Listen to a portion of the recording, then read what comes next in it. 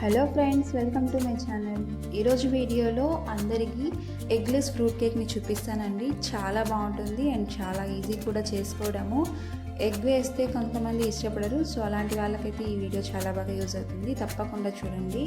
First దానికోసం ఏదైనా ఒక బౌల్ తీసుకొని ఆ బౌల్ మెజర్మెంట్తో 1 కప్పు వరకు మైదా పిండిని ఇలా జల్లించుకోవాలి ఒక బౌల్లోకి. ఆ తర్వాత అదే కప్పుతో 3/4 కప్పు వరకు షుగర్ పౌడర్ని బాగా జల్లించుకోవాలి. షుగర్ బరకగా కాకుండా స్మూత్గా వస్తుంది, అప్పుడే కేక్ టెక్స్చర్ బాగా వస్తుంది. సో ఈ విధంగా షుగర్ పౌడర్ని కూడా మొత్తం జల్లించుకుంటే ఫైనల్గా ఇలా వస్తుంది. ఇది పక్కకు తీసేయాలి వేయకుండా. అదే జల్లెల్లో 1 టేబుల్ స్పూన్ వరకు బేకింగ్ పౌడర్, కొంచెం బేకింగ్ సోడా, వంట సోడా, అలాగే చిటికెడు సాల్ట్, నేను కొంచెం ఫుడ్ కలర్ వేస్తున్నానండి. ఇదైతే టోటలీ ఆప్షనల్. ఇది ఇంట్లో ఉంది కాబట్టి నేను వేస్తున్నాను కలర్ఫుల్గా ఉండడం కోసం. వీటిని కూడా ఒకసారి బాగా జల్లించుకొని ఇందులోకి ఏదైనా ఎసెన్స్, నా దగ్గర బటర్ స్కాచ్ ఎసెన్స్ ఉంటే అవి వేస్తున్నాను, వెనిలా ఎసెన్స్ అయినా వేసుకోవచ్చు. వేసేసి ఆ తర్వాత 1 కప్పు వరకు పెరుగు వేసుకోవాలి. ఆ తర్వాత రిఫైన్డ్ సన్ఫ్లవర్ ఆయిల్ కానీ లేకపోతే బటర్ కానీ కరిగించి 1 కప్పు వరకు వేసుకోవాలండి.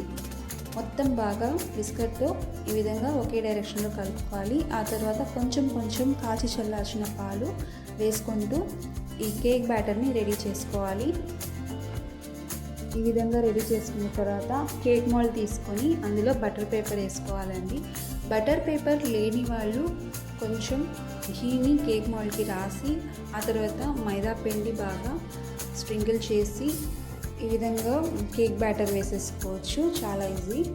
నేనైతే బటర్ పేపర్ ఉంది కాబట్టి అందుకని వేస్తున్నాను. ఇంకొంచెం కలర్ఫుల్ కోసం నేను ఇలా టూటీ ఫ్రూటీని వేస్తున్నాను. అందులో ఫ్రూట్ కేక్ కాబట్టి కంపల్సరీ ఉండాల్సిందే. సో ఇష్టం లేని వాళ్ళు స్కిప్ చేసేసుకోవచ్చు, అప్పుడు ప్లెయిన్ కేక్లా ఉంటుంది.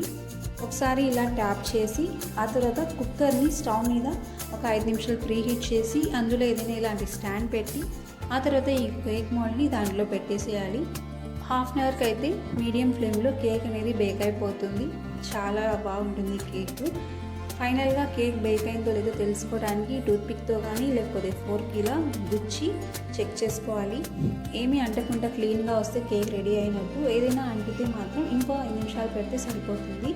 ఆ తర్వాత కేక్ని బయటకు తీసి పూర్తిగా చల్లారిన తర్వాత డిమోల్డ్ చేసుకొని పీసెస్గా కట్ చేసుకుంటే ఈజీ ఎగ్లెస్ ప్లెయిన్ కేక్ అయితే రెడీ అయిపోతుంది.